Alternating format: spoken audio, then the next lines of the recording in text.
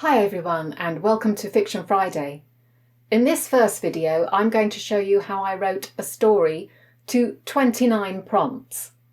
This will be by means of a time-lapse format and I'll read it to you at the end. The prompts are to the right of the screen. Let's enlarge that a little so you can see them more easily. Some of the words are quite obscure, so I've put the meanings next to them. These prompts were taken from a challenge on Instagram, which is really a 5-word story every day for a month challenge, but I've got into the habit of writing a story using all of them at the end of the month. The challenge was the 5-word Feb. Try saying that with your teeth in. And it was organised by James Fahey, author. I'll put a link to his account in the description below. This and the next 2 stories, which I have pre-prepared, are actually time-lapse recreations because I'd been going to use the information that I'd written down in order to do something different. But every story I do from then on will be a proper time-lapse, with maybe the large chunks where I sat there thinking cut out. No one wants to wait for my brain to work, do they? Okay, enough of me talking. Over to the story. And don't forget to hang around afterwards, because I'll be giving you an opportunity to give me prompts for future stories.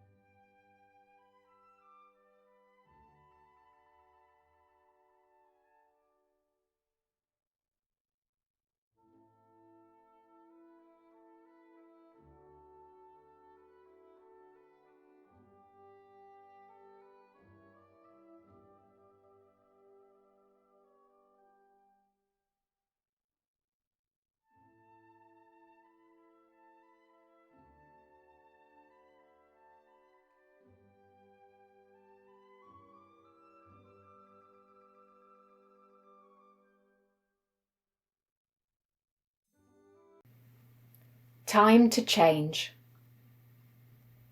The Amphisbaena was, in many ways, like any other serpent. In order to grow, he had to shed his skin. But this was no ecdysiast performance, and no shaggy wolfskin.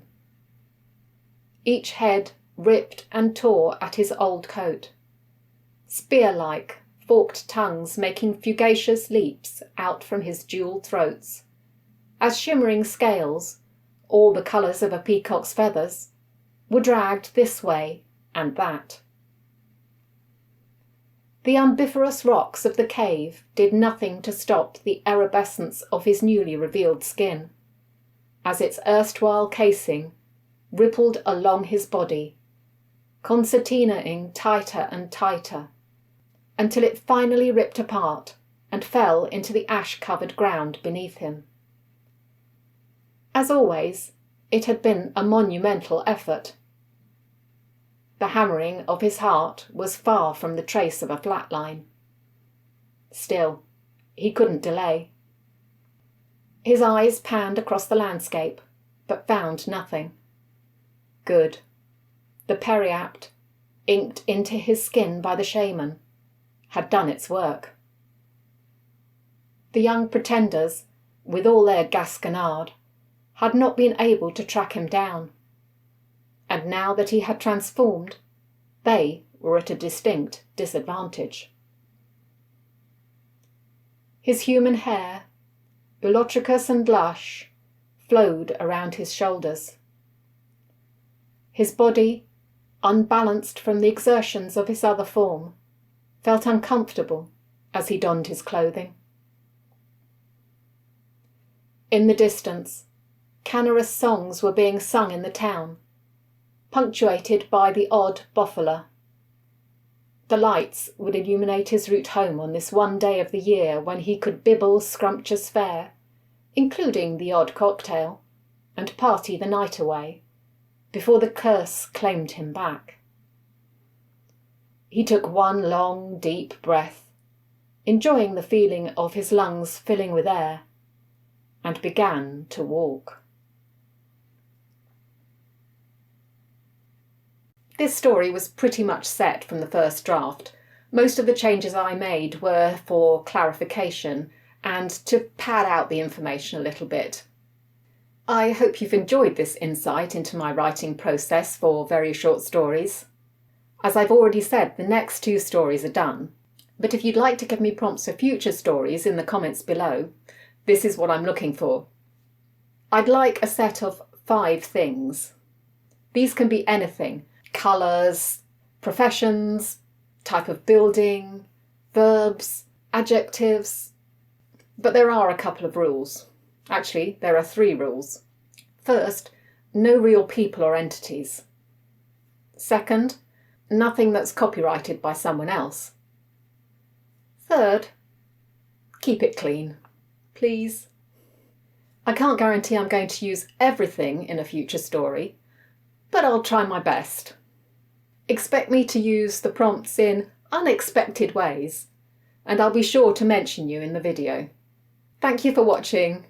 Get thinking of all those prompts, and I'll see you next time.